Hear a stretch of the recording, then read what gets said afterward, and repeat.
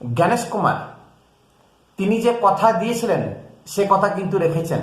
প্রত্যেকটি মানুষ, প্রত্যেকটি রাজনৈতিক দলের একটা ইচ্ছা আকাঙ্ক্ষা ছিল যে রাষ্ট্রপতি শাসনের মাধ্যমেই এখানে বিধানসভা ভোটটা হোক। মুর্শিদাবাদে মুহুর্মুহ যে ঘটনা, দুর্ঘটনা, বেলডাঙ্গা, মোথাবাড়ি এবং এসআইআরকে নিয়ে যে বিশাল বড় একটা কেওয়াস, বিশাল বড় যে একটা ঝামেলা লাগানোর ব্যবস্থা অলরেডি করে ফেলেছিল স্বয়ং মুখ্যমন্ত্রী, সাংবিধানিক পদে বসে থ্রেট দেওয়া, মানুষকে ভয় দেখানো, মুসলিম জাতিকে মুহুর্মুহু ভয় দেখানো, বিজেপি জুজু দেখিয়ে এনআরসি সিএ দেশ থেকে বিতাড়িত করবে, যতদূর সম্ভব থ্রেট শেষ মুহূর্ত, শেষ দিন পর্যন্ত উনি দিয়ে গেছেন। জ্ঞানেশ কুমারকে পর্যন্ত ছাড়েনি, সুপ্রিম কোর্টকে পর্যন্ত ছাড়েনি। জ্ঞানেশ কুমারের আঙুল কেটে নেবে,